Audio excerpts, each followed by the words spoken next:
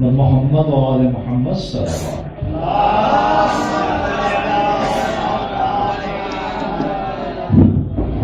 اعوذ باللہ من الشیطان الرجیم، بسم اللہ الرحمن الرحیم۔ الحمد للہ الذی هدانا لهذا وما كنا لنهتدي لولا ان هدانا اللہ۔ لقد جاءت رسل ربنا بالحق، الصلاة والسلام على أشرف الأنبياء والمرسلين وخاتم النبيين ورحمة للعالمين ومولانا وسيدنا أبي القاسم محمد وآله الطيبين الطاهرين المعصومين المظلومين الغر الميامين، ولعنة الله على أعدائهم أجمعين وغاصب حقوقهم ومنكر فضائلهم. أما بعد، قال الله تبارك وتعالى في كتابه الكريم، بسم الله الرحمن الرحيم: وما أرسلناك إلا رحمة للعالمين. صلوات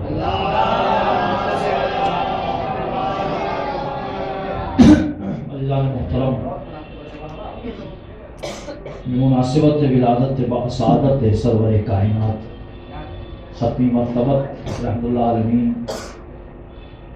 اپنی طرف سے اور آپ سبوں کی طرف سے وارث رحمۃ اللہ عالمین منجی عالم بشریت مہدی آخر الزماں کی خدمت میں ہدیہ تبریک پیش کرتے ہیں، اور آپ سبوں کی خدمت میں بھی ہدیہ تبریک پیش کرتے ہیں۔ ماشاءاللہ بہترین خطیب مولانا کرار صاحب تشریف فرما ہے کہ بہترین الفاظ کا ذخیرہ جن کے پاس ہے اردو کے، اور بہترین خطابت انداز، اور کم سے کم 40-50 سال کا تجربہ، جتنا ان کا تجربہ ہے اتنی ہماری عمر نہیں ہے، تو لہٰذا ان کے سامنے لب کشائی کرنا بھی ایک بہت بڑی بات ہے، جیسے سورج کو چراغ دکھانا۔ یہ اور بات ہے کہ ان کی محبت، نظر کرم، حوصلہ افزائی، ہمت افزائی رہتی ہے کہ جس کی وجہ سے ان کے سامنے کچھ پڑھ لیتے ہیں۔ مولانا اور مولانا شکیل صاحب ماشاءاللہ بہترین فضائل آل محمد آپ کے سامنے بزبان عربی پڑھ کر گئے، جسے حدیث قصہ کے نام سے ہم لوگ یہاں صلوات پڑھے محمد علیہ تو تباہ حاضر ہوتے جا رہے ہیں، لہذا زبان میں لکنت بھی آ سکتی ہے۔ میرے ایک لطیفہ مولانا سناتے ہوئے چلوں کہ طلاب اور علماء کے سامنے خطابت کرنا بہت سخت ہوتا ہے۔ ایک تو واقع ہے کہ کم میں جب تھے تو شاید مولانا اس وقت نہیں تھے، شکیل صاحب اور مصطفیٰ صاحب، ایک ہمارے مولانا تھے ہردوئی کے، جو فی الحال وہ رہتے ہیں ناگپور میں۔ وہ ایک دو دفعہ آیت اللہ تیجاری نے اپنی نمائندگی ان کو لندن بھیج دیا تھا اپنی جگہ پر، وہاں 2 دفعہ 3 دفعہ وہ ہو کے آ گئے۔ اتفاق سے ایک مجلس پڑھنے کا ان کو موقع مل گیا، ان میں تو بیٹھے ہوئے تھے مجلس میں، اور مجلس پڑھتے پڑھتے وہ کہنے لگے علماء کے درمیان کے بھائیوں دوستوں، میں جب سے انگلینڈ جانے لگا ہوں میری زبان پہ انگلش غالب آ چکی ہے، اگر کوئی انگلش کا ورڈ آپ کو سمجھ میں نہ آئے تو آپ بتائیے گا، میں آپ کے لیے ٹرانسلیشن کر دوں گا۔ جیسے ہی انہوں نے کہا نیچے طلاب کہنے لگے ویری گڈ ویری گڈ، اب جو جملہ وہ پڑھے نیچے سے طلاب کہے ویری گڈ، اتنا ویری گڈ کہا کہ ممبر سے وہ نیچے اتر گئے۔ کبھی بھی ممبر پہ آ کر علماء کے سامنے بخاراتی کوئی نہ کرے، اگر بخاراتی کی تو سارا بخار علماء اتار دیتے ہیں۔ تو یہاں پہ علماء بھی ہیں، خطبہ بھی ہیں، ناظم بھی ہیں، یعنی سب یہاں پر جن کے سامنے کچھ پڑھنا بہت ہی مشکل ہے۔ تب تک تو ان سے ہم نے مولانا کرار صاحب جیسی ہستی جو سیکھا ہے وہ آپ کے سامنے پڑھ رہا ہوں، بہت ہی مختصر، چونکہ دامن وقت میں زیادہ گنجائش نہیں، بس ایک روایت پڑھوں گا، مفصل ایک روایت ہے، اور ایک روایت پڑھ کر میں محفل کو تمام کروں گا۔ جس آیت کریمہ کی تلاوت کا شرف حاصل کیا ہے، ارشاد رب العزت ہو رہا ہے کہ ہم نے رسول کو عالمین کے لیے رحمت بنا کر بھیجا۔ رسول سرور کائنات کہ جس کے صدقے میں پروردگار عالم نے کائنات کی ہر شے کو خلق کیا، ہر شے کو کائنات کی اس کے صدقے میں خلق کیا، اور اس نبی کے قلب مبارک پر پروردگار عالم نے اپنے کلام کو وحی کے ذریعے اتارا کہ جسے ہم قرآن کے نام سے یاد کرتے ہیں۔ قرآن کا مرتبہ بہت بلند ہے، بہت عظمت ہے، بہت رتبہ والا ہے۔ قرآن پروردگار عالم نے قرآن میں مسلمانوں کے لیے ہدایت کے فرمان جاری کیے، احکامات جاری کیے۔ قرآن رحمت ہے، یقیناً رحمت ہے، اس کا ایک ایک لفظ، ایک ایک حرف، ایک ایک سورہ رحمت ہے۔ لیکن قرآن عالمین کے لیے رحمت نہیں ہے، مسلمانوں کے لیے رحمت ہے۔ کفار و مشرکین کو اس میں ڈرایا گیا ہے، منافق ڈرایا گیا ہے، بعض مقامات مومنین کو بھی ڈرایا گیا کہ دیکھو تمہارا انجام یہ ہو سکتا ہے۔ لیکن قرآن مسلمانوں کے لیے ہدایت ہے جو رسول پر نازل ہوا۔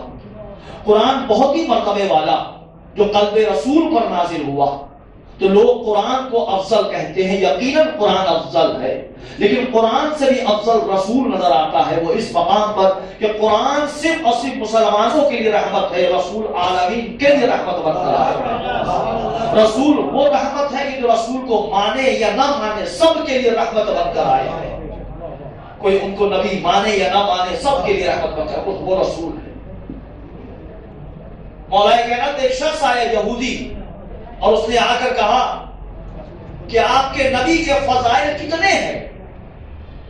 تو علی نے فرمایا یہودی سے کہ بتاؤ دنیا میں جو چیزیں خلق ہوئی ہیں وہ کتنی ہیں، معلومات کتنے ہیں؟ کہ دنیا میں معلومات تو بہت ہی زیادہ خلق ہوئے ہیں، اور اس لیے قرآن کی آیت بھی نازل ہوئی ہے۔ پروردگار عالم نے کہا کہ ہم نے قرآن جو کچھ دنیا میں خلق کیا وہ بہت ہی کم مقدار میں ہے۔ قل متاع الدنیا قلیل، جو کچھ دنیا میں ہے بہت کم ہے، کم مقدار میں۔ کہاں یہ ہے کہ جو کچھ دنیا میں پروردگار عالم نے خلق کیا وہ بہت قلیل مقدار ہے، اور پروردگار اپنے حبیب کے لیے کہہ رہا ہے انک لعلی خلق عظیم، کہ ہم نے تم کو خلق عظیم پر فائز کیا۔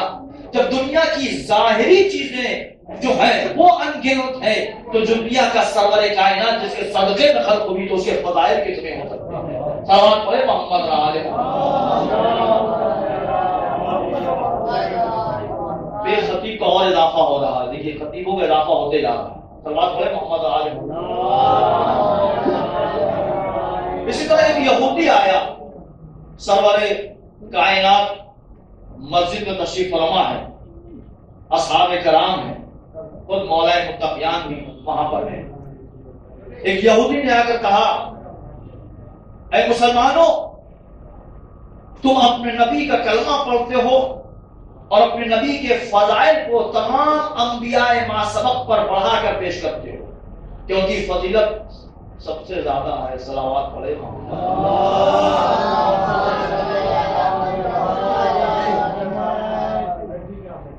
دیکھیے بہت کم محفلیں ایسی ہوتی ہیں جہاں پہ علماء جمع ہو جائیں، اور خاص کر کے ہمارے امام جمعہ، تو امام جمعہ کی سرپرستی میں یہ محفل پڑھ رہے ہیں، اور ہم لوگوں نے اس جگہ پر تربیت پائی ہے جہاں پر امام جمعہ کو گورنر کا عہدہ دیا جاتا ہے۔ ایران میں امام جمعہ جو ہے گورنر کے پوسٹ پر ہوتا ہے، جو امام جمعہ کہہ دے وہ آخری فیصلہ ہے۔ تو یہ امام جمعہ ہے ہمارے ہٹے ہوش کے کلکتہ کے، یہ اور باتیں کسی مشکلات کی بنا پہ وہ نماز کے وقت کے لیے ہیں، انشاءاللہ وہ مشکلات روزگار حل کرے گا اور شر شیاطین کو دور کرائے گا جو اس مشکل میں اڑنگا لگا رہے۔ صلوات پڑھے محمد علیہ۔ مولانا باجازت تو کہا آپ اپنے نبی کے فضائل کو تمام انبیاء کے فضائل سے برتر مانتے ہیں اور بڑھا کر پیش کرتے ہیں۔ مولا متقیہ نے کہا بالکل ایسا ہی ہے، اللہ نے جس نبی کو بھی جو معجزہ دیا، جو فضیلت دی، اسی اللہ نے تمام معجزات کو، تمام فضائل کو، بلکہ اس سے بھی زیادہ ہمارے نبی کو عطا کیا ہے۔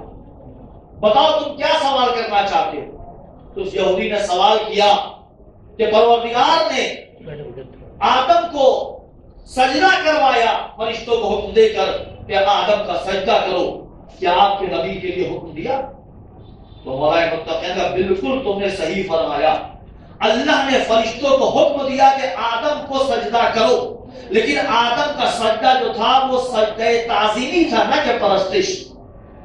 آدم کو سجدہ کروایا وہ سجدہ تعظیمی تھا، پرستش کا سجدہ نہیں تھا، اور اس سے بڑھ کر اس سے زیادہ ہمارے نبی کے لیے فضیلت ہے۔ کہ وہ کیا کہ پروردگار عالم نے فرشتوں کو صرف حکم دیا تھا کہ تعظیمی سجدہ کرو، لیکن اللہ نے ہمارے نبی کے لیے فرشتوں کو، ملکوت کو اور تمام دنیا کی ہر شے پر کو واجب قرار دیا کہ اپنے نبی پر درود و سلام پڑھتا رہے، یہاں تک کہ پروردگار خود کہہ رہا ہے ان اللہ ملائکۃ یصلون علی النبی، یقیناً اللہ اور ملائکہ درود و سلام پڑھتے ہیں نبی پر، اے ایمان لانے والوں تم بھی درود و سلام پڑھو، اور یہاں تک اپنے نبی کی امت پر واجب قرار دیا ہے کہ نبی پر درود و سلام پڑھتے رہو۔ صلوات پڑھے محمد علیہ۔ اس یہودی نے سوال کیا کہ یہ بتائیے کہ آدم کی توبہ قبول ہوئی تھی، آدم نے توبہ مانگی تھی، توبہ قبول ہو گئی؟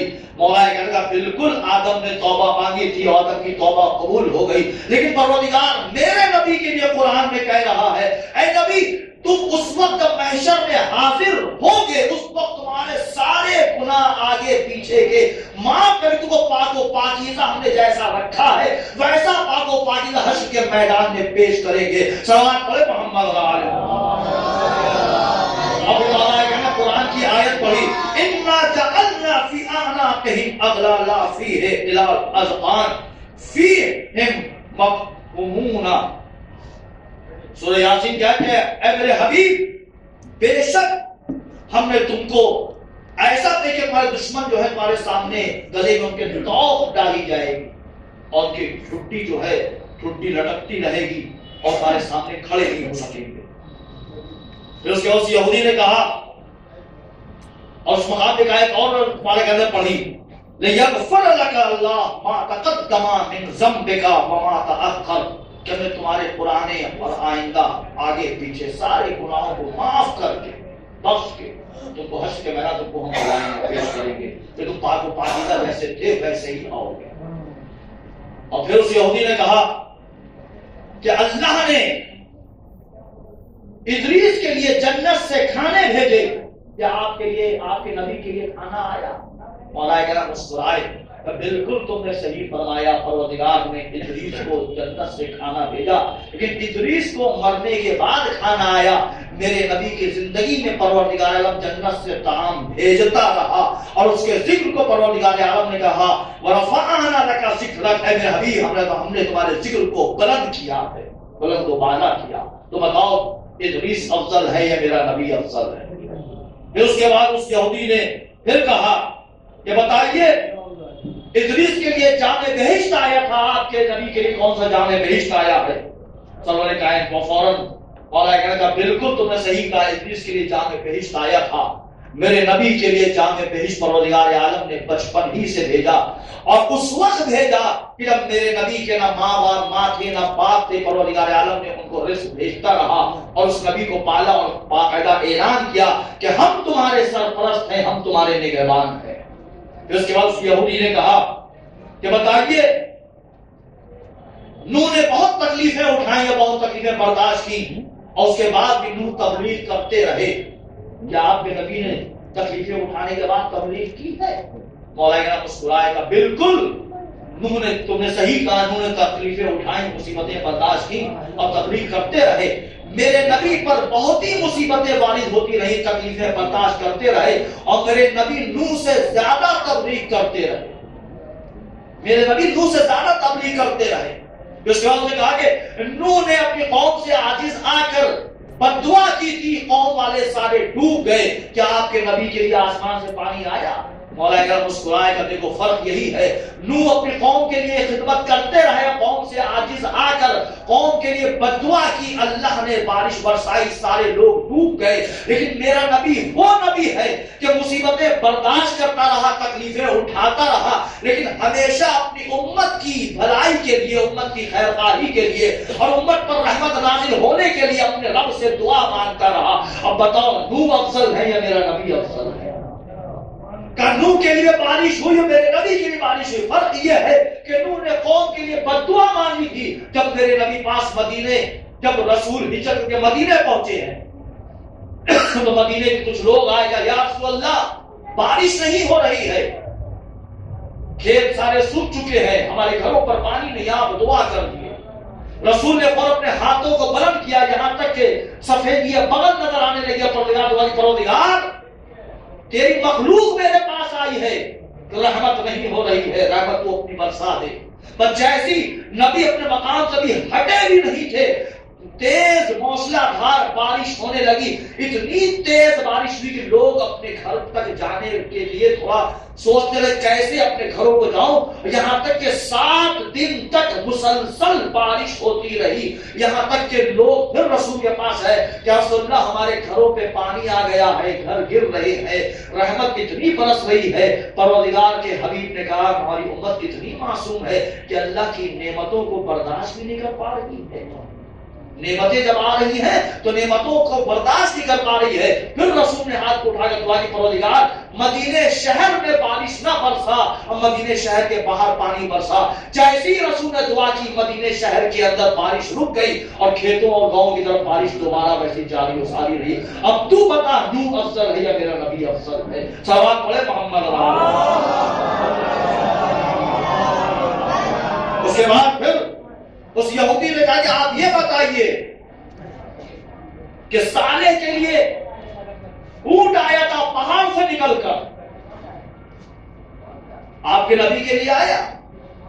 حضرت علی مسکرائے، کہ بالکل صحیح کہا، سالے کے لیے ناقہ آیا تھا پہاڑوں سے نکل کر، لیکن سالے کے ناقے نے حضرت صالح سے گفتگو نہیں کی تھی، بات نہیں کی تھی، نہ ہی ان کے ناقے نے ان کی رسالت کی گواہی دی تھی۔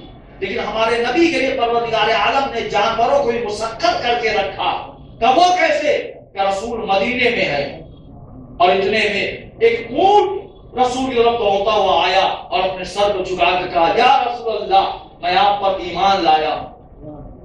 اگر یا رسول اللہ میرا مالک مجھے پال رہا تھا، پرورش میری کر رہا تھا، مجھ سے کام لے رہا تھا، اب جب کہ میں بوڑھا ہو گیا ہوں تو مجھے وہ ذبح کرنا چاہتا ہے، نہر کرنا چاہتا ہے، میں آپ کی پناہ میں آیا ہوں، آپ ہماری حفاظت کرنے والے ہیں، آپ ہمارے بچانے والے ہیں۔ رسول نے فوراً اس اونٹ کے مالک کو بلوایا اور بلوا کر کہا کہ یہ اونٹ تو کتنے میں بیچ رہا ہے؟ رسول نے وہ اونٹ خریدا اور اسے آزاد کر دیا۔ اب تو بتا کہ تیرا صالح نبی افضل ہے یا میرا نبی افضل ہے؟ کہ جانور بھی ان سے گفتگو کر رہا اور کہا یہی نہیں کہ اس کے دوسرے دن جب ہم رسول خدا کی خدمت میں حاضر ہوئے تو کیا دیکھا کہ ایک اونٹ کو 2 افراد کھینچتے ہوئے لے کر آ رہے ہیں، اور ایک کہتا ہے کہ میں اس کا مالک ہوں، دوسرا کہتا ہے میں اس کا مالک ہوں، دونوں افراد آپس میں لڑ رہے ہیں۔ اتنے میں ایک مرتبہ اونٹ کو اللہ نے زبان عطا کی اور اس نے رسول کی ذات کا کلمہ پڑھتے ہوئے کہا میں آپ پر ایمان لایا ہوں۔ اے رسول اللہ یہ دونوں آپس میں لڑ رہے ہیں میرے مالکانہ حقوق پر کہ کون میرا مالک ہے۔ یا رسول اللہ فلاں شخص میرا مالک نہیں ہے اور یہ شخص ہمارا مالک ہے کہ ہمارے مالک نے اس کے باغ میں ہم کو چرانے کے لیے چھوڑ دیا تھا، لہذا یہ ہمارا مالک ہے، اب آپ فیصلہ کریے۔ پھر حضرت نے فرمایا اس یہودی بتا اب تو بتا کہ صالح افضل ہوئے یا میرا نبی افضل ہوا؟ کہ تمام معجزات جو ایک ایک نبی کو اس نے دیے تھے تمام معجزات کو ہمارے نبی کے اندر جمع کر دیا۔ اس کے بعد پھر اس نے کہا کہ آپ یہ بتائیے کہ حضرت ابراہیم نے بتوں کو توڑا تھا، کہ آپ کے نبی نے بتوں کو توڑا ہے؟ کہ تو کیا کہہ رہا ہے؟ بالکل صحیح تو کہہ رہا ہے کہ ابراہیم نے بتوں کو توڑا تھا، لیکن بتوں سے عاجز آ کر توڑا تھا۔ میرے نبی نے بیت اللہ سے 360 بتوں کو توڑ کر نکالا۔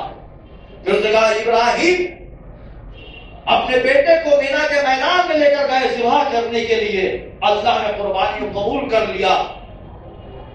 بالکل صحیح فرمایا، ابراہیم قربانی کے لیے لے کر گئے، اللہ نے دمبے کو بھیجا، اسماعیل کو بچا لیا۔ لیکن میرے حبیب کو پروردگار عالم نے اس عالم میں وہ فضیلت عطا کی کہ جب ابراہیم دنیا سے گزر گئے تو جب ابراہیم کی قبر پر کون ابراہیم رسول خدا کے بیٹے علی کہہ رہے ہیں کہ رسول کے بیٹے ابراہیم دنیا سے گزر گئے تو ابراہیم کی قبر پر بیٹھ کر رسول روئے اور گریہ کیا اور کہا ابراہیم تمہارے غم میں ہم غمزدہ ہیں، تمہارے غم میں ہم رنجیدہ ہیں۔ اب بتاؤ کہ ابراہیم کو اللہ نے بیٹا واپس کر دیا تھا، اس کے بعد بھی رنجیدہ تھے، اور میرا نبی جو بیٹا جدا ہو گیا اس کے بعد بھی اللہ کی رضا پہ راضی ہے، اللہ کی خوشنودی پر راضی ہے۔ بتا تیرا ابراہیم افضل ہے یا میرا نبی افضل ہے؟ پھر اس نے کہا کہ جناب ابراہیم کے لیے اللہ نے 3 حجابات رکھے تھے، آپ کے نبی کے لیے کیا حجابات رکھے ہیں؟ علی نے کہا بالکل تم نے صحیح فرمایا، ابراہیم کے لیے 3 حجابات تھے، میرے نبی کے لیے 5 حجابات ہیں، میرے نبی کے لیے 5 حجابات ہیں، اور اللہ نے ہر حجاب کو، اللہ نے اپنے نبی کے لیے ہر حجاب کو رکھا اور 5 حجاب کے بعد اپنے نبی کو ظاہر کیا۔ تو ہمارے وقت میں گنجائش نہیں کہ میں پورے 5 حجاب کو گن پاؤں۔ پھر اس نے کہا کہ یہ بتائیے، یعقوب اپنے بیٹے کی جدائی پر روتے رہے، یہاں تک کہ جب ان کا بیٹا ان سے ملا ہے تو یعقوب کا غم دور ہوا ہے، آپ کے نبی کے کچھ ایسا ہوا؟ علی نے کہا بالکل تم نے صحیح فرمایا، یعقوب نے بیٹے کی جدائی پر، فرقت پر رنجیدہ ہوئے، غمزدہ ہوئے، یہاں تک کہ یوسف جب ملے ہیں تو پھر دوبارہ ان کی رنجدگی دور ہوئی ہے اور خوش ہوئے ہیں۔ کہ بالکل صحیح ہے، سنو ہمارا نبی جب حضرت ان کا چچا حضرت حمزہ شہید ہوا ہے تو قبر پر بیٹھ کر رو رہے تھے، روتے روتے یہ کہہ رہے تھے اگر حمزہ کی بہن دنیا میں نہ ہوتی تو ہم حمزہ کا غم اسی طرح بناتے، لیکن چونکہ حمزہ کی بہن برداشت نہیں کر پائے گی، ہم اس پر صبر کر لیتے ہیں اور اللہ کی رضا پر راضی ہو جاتے ہیں۔ اب تو بتا کہ یوسف کے ملنے کے بعد یعقوب خوش ہوئے تھے، یہاں حمزہ چچا جدا ہوئے، اس کے بعد بھی رسول جو ہے اللہ کی رضا پر راضی ہیں۔ اس کے بعد اس نے پھر کہا کہ یوسف گناہوں سے بچنے کے لیے اپنے کو قید خانے میں انہوں نے بند کروا لیا تھا، اب بتائیے آپ کے نبی کو ایسی بات ملی ہے؟ رسول علی مسکرائے گا بالکل تو نے صحیح کہا، یوسف نے اپنے کو گناہوں سے بچانے کے لیے کہ گناہ سے ہم محفوظ رہیں، لوگ ہم پر تہمتیں نہ لگائیں، قید خانے میں اپنے کو بند کروانا بہتر سمجھا تھا۔ میرا نبی بھی 3 سال تک شعبے ابو طالب میں محصور رہا، اتنا محصور رہا کہ عزیز و قریب رشتے دار چھوڑ کر چلے گئے۔ اس کے بعد یہودی نے کہا کہ یہ بتائیے یوسف کے لیے گواہی بھی تھی گہوارے سے بچے نے کہ آپ کے نبی کے لیے گواہی آئی ہے؟ علی مسکرایا، مسکرا کر کہا کہ سنو میرا نبی رحمت اللہ عالمین ہے، میرا نبی جب اپنے ماں کے بدن میں تھا تو اپنی ماں سے گفتگو کرتا تھا، اور میرے نبی کی ماں نے گواہی دی کہ میرے پیٹ کے اندر جو بچہ ہے وہ نبی ہے، اور اللہ نے میرے نبی کی ماں پر وحی نازل کی تھی کہ تمہارے بدن سے بچہ پیدا ہوگا، اس کا نام محمد قرار دینا چونکہ میں محمود ہوں۔ اب تو بتا کہ کون افضل ہے؟ یہاں تک کہ مفصل یہودی سوال کرتا رہا ایک ایک نبی کے بارے میں، اور علی جواب دیتے رہے کہ تمام انبیاء کو جو ایک ایک معجزہ ملا ہے وہ تمام معجزات ہمارے نبی نے پروردگار عالم نے جمع کر دیے۔ تو اس نبی کی ولادت کی تاریخ ہے یار، ہمارے وقت میں گنجائش نہیں کہ میں اور تفصیل سے روایت کو پڑھوں، چونکہ تقریباً 25 صفحے کی صرف ایک روایت ہے، 25 صفحے کی صرف ایک روایت علی کا مکالمہ ہے یہودی سے کہ انبیاء افضل ہیں یا نبی افضل؟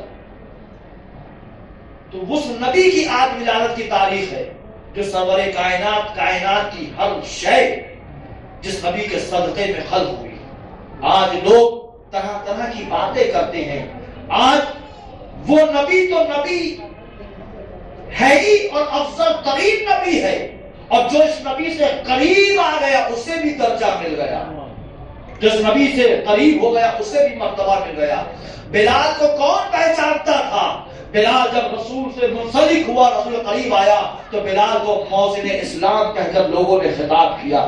صحابہ کو صحابہ کا درجہ ملا تو نبی کی بد میں بیٹھنے کے بعد ملا، ورنہ صحابہ کو کون پہچانتا تھا؟ خلافت کو، خلیفہ کو لوگ پہچاننے لگے تو نبی کی بد میں آ کر بیٹھے تو لوگ پہچاننے لگے۔ جو بھی نبی سے منسلک ہو گیا اس نے مرتبہ پا لیا، اس نے شرف پا لیا، اسے درجہ مل گیا۔ تو اس نبی کی ولادت کی تاریخ ہے آج کہ جس کا جشن ہم منا رہے ہیں، اور یہ میلاد النبی۔ ابھی میں ایک تقریر سن رہا تھا، مولانا ہمارے پہلے تقریر کر رہے تھے، اور ان کی تقریر کا انداز بھی نرالا ہوتا ہے، ویسی الفاظ ہوتے ہیں، ویسی تقریر کے جملے بھی ہوتے ہیں، تو ان کے الفاظ کو میں نقل نہیں کر سکتا، وہ الفاظ ہم لوگ ممبر سے نقل بھی نہیں کر سکتے۔ صلوات پڑھے محمد۔ کیا بولتے ہیں ہمارے نبی کے بارے میں؟ ہمارے نبی کا میلاد تو بی بی دائی حلیمہ نے بنایا ہے، تو ان کا ایک انداز ان کا انداز ان کو مبارک ہو، ان کے نبی ان کو مبارک، ہمارے نبی ہم کو مبارک، ہم تو اس نبی کو مانتے ہیں جس نبی کو سب مانتے ہیں، ان کا پیر ان کو مبارک ہو، ان کا مرشد ان کو مبارک ہو، ان کا رہبر ان کو مبارک ہو، ہمارا رہبر ہمارا پیر ہمارا نبی ہمارا امام ہم کو مبارک ہو۔ تم جس کو اپنا رہبر مانتے ہو مانو، ہمیں کوئی اعتراض نہیں ہے، کوئی مشکل نہیں ہے، تمہارا رہبر تمہیں مبارک ہو، ہمارا رہبر ہمیں مبارک ہو، تمہارا لیڈر تمہارا پیر تمہارا مرشد تمہیں مبارک ہو، ہمارا رہبر ہمارا پیر ہمارا مرشد تمہیں مبارک ہو۔ لیکن تم جن کو اپنا لیڈر اپنا پیر اپنا مرشد مانتے ہو، ذرا کبھی غور سے بیٹھ کر سوچنا کہ کیا تم ان کا نام نماز میں لے سکتے ہو؟ تم جس کو اپنا پیر اپنا مرشد اپنا رہبر، میں لفظوں کو کنٹرول کر کے کہہ رہا ہوں، لفظ استعمال نہیں کر رہا ہوں، جن کو تم اپنا پیر اپنا مرشد اپنا لیڈر اپنا رہبر مانتے ہو، کیا تم ان کا نام نماز میں لے سکتے ہو؟ نہیں لے سکتے۔ اگر تم نے نام ان کا نماز میں لے لیا تو تمہاری نماز باطل ہو جائے گی۔ اور ہم جن کو اپنا پیر اپنا رہبر اپنا مرشد اپنا خلیفہ اپنا امام اپنا نبی مانتے ہیں، اگر ان کا نام ہم نے نماز میں نہ لیا تو ہماری نماز باطل ہو جائے گی۔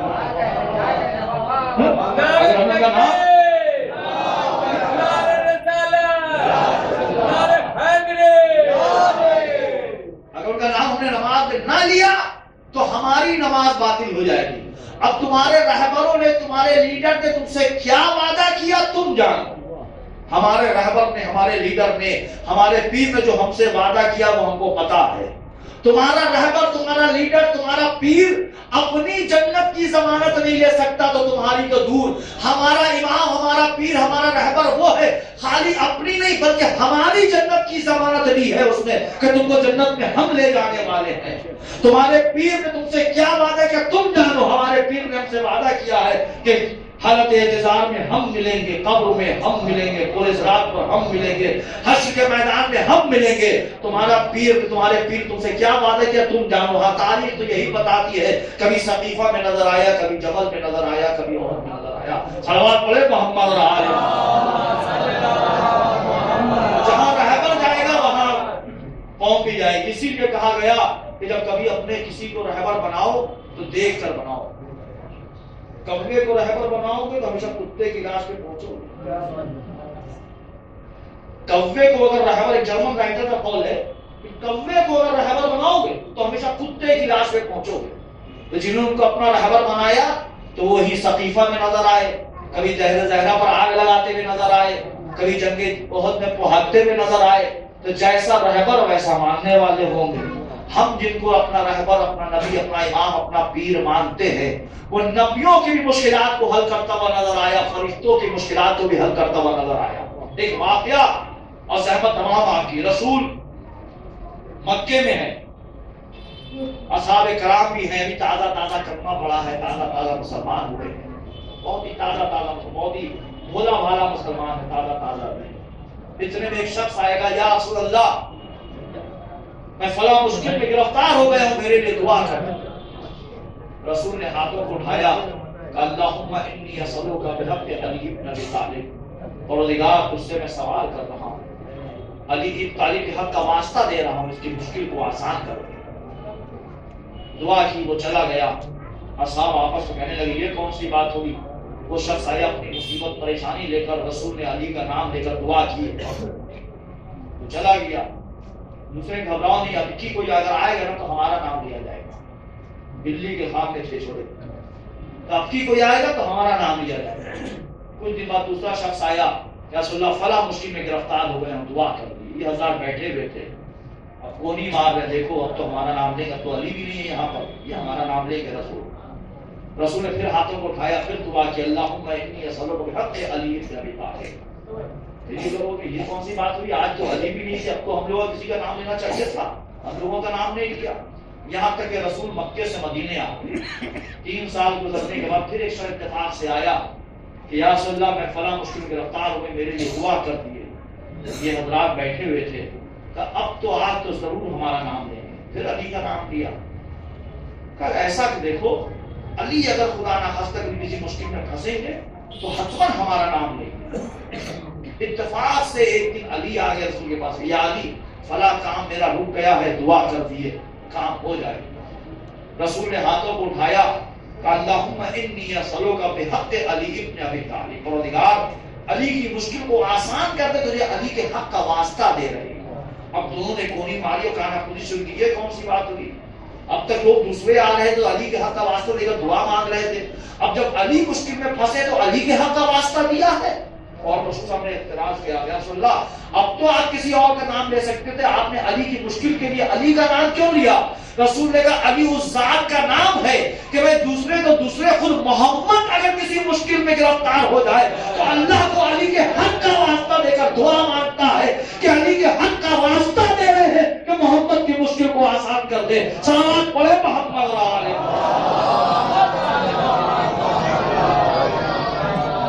جیسا نبی ویسا علی، اسی لیے شاید نے کہا بلائے نبی سے بلائے علی ہے۔ اس کو لکھ کے دیکھیے تو اور مزہ آئے گا۔ لکھیے گا ولائے نبی سے ولائے علی ہے، اور ولائے نبی سے ولائے علی ہے۔ ولائے نبی سے ولائے علی ہے، علی ہے نبی ہے، نبی ہے علی ہے۔ اور ولائے نبی سے ہے روشن میرا دل، علی ہے نبی ہے، نبی ہے علی ہے۔ نبی اور علی یہ ایک ایسا نور ہے کہ شاعر نے کہا ایک میں کشی ہے جس میں زمانہ شریک ہے، ایک میں کشی ہے جس میں زمانہ شریک ہے، ورنہ یہاں پر کون کسی کا شریک ہے۔ ایک میں کشی ہے جس میں زمانہ شریک ہے، ورنہ یہاں پر کون کسی کا شریک ہے۔ اور مدحِ نبی کا جام اٹھانے کی دیر تھی، مدحِ نبی کا جام اٹھانے کی دیر تھی، وہ بھی شریک ہو گیا جو لا شریک ہے، وہ بھی شریک ہو گیا جو لا شریک ہے۔ پروردگار محمد و آل محمد اس قلیل سے ذکر کو قبول فرما، اور جو واسطہ ہے تیرے نبی کا، جو واسطہ ہے آج کے دن کا، اور آج کے دن سے لے کر 17 ربیع الاول کے دن تک، جس کو ہم ہفتہ وحدت کے نام سے یاد کرتے ہیں۔ کہ روایت میں 9 ربیع الاول، 12 ربیع الاول، 17 ربیع الاول، 9 بہت ہی ضعیف ہے، 12 ہمارے برادران اہل سنت کے درمیان معتبر ہے، 17 ہمارے یہاں معتبر ہے۔ تو یہ 12 اور 17 دونوں کا واسطہ ہے، جو 12 میں جب 5 ملائیں گے تب 17 ہوگا۔ یہ 12 اور 17 دونوں دن کا واسطہ ہے، اور پروردگار ہماری دعاؤں کو قبول فرمائے۔ یہ جوانوں اس محفل کو، اس مقاصدے کو، اس بزم کو سجایا، پروردگار ان کے رزق میں، ان کے کاروبار میں خیر و برکت بنایا فرمائے، یہ ہر طرح کے شر شیاطین سے محفوظ فرمائے۔ جو مومنی اس محفل میں تشریف فرما ہے اور جو کسی مجبوری کی وجہ سے نہ آ سکے، پروردگار ان سبوں کو اپنے حفظ و امان میں رکھ۔ پروردگار یہ واسطہ ہے محمد و آل محمد کے واسطہ ہے جامع حاضرین کا، جو بچے یہاں پر بیٹھے بچوں کے علم میں اضافہ فرما، ان بچوں کو دیندار بنا، ان بچوں کو ہر شر شیاطین سے محفوظ فرما۔